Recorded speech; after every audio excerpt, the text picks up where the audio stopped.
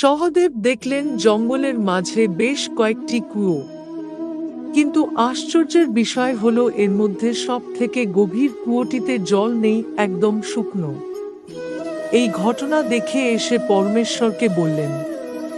পরমেশ্বর শ্রীকৃষ্ণ তখন বলেন, কলিযুগে সবচাইতে অর্থশালী ও ক্ষমতাশালীরাই এ সমাজে বেশি শোষণ করবে, যারা নিজ বিনোদন ও কামতৃষ্ণা মেটাবার জন্য প্রচুর ব্যয় করবে।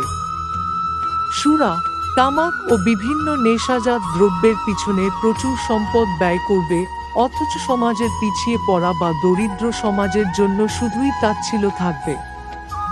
অতএব দরিদ্রেরই ক্লেশ কলিতে প্রবল হবে।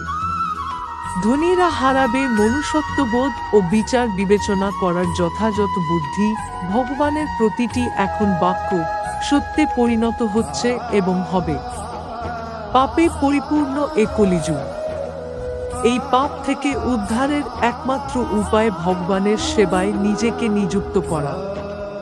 হরিনামই পারে সকল পাপ খণ্ডন করতে। তার শরণ নিলে সব বিপদ থেকে আমরা পরিত্রাণ পাব।